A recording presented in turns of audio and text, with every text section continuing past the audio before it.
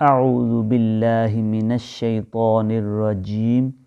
بسم اللہ الرحمن الرحیم اللہم صل علی محمد وعلی آل محمد وبارک وسلم۔ نماز کی بہت زیادہ اہمیت ہے اور اسلام میں جماعت کے ساتھ نماز پڑھنے پر زور دیا گیا ہے، اور جب جماعت ہوگی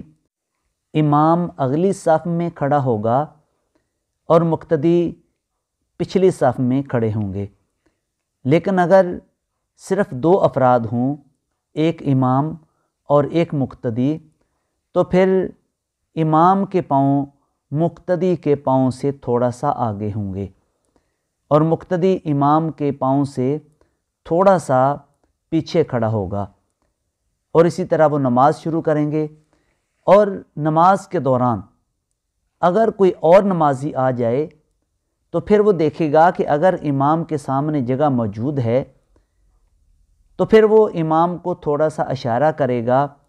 اور امام چلتا ہوا اگلی صف میں چلا جائے گا، اور پیچھے دوسرے مقتدی کے برابر پر وہ نمازی آ کے کھڑا ہو جائے گا، اور اسی طرح پھر وہ نماز مکمل کریں گے۔ لیکن اگر امام کے سامنے جگہ موجود نہیں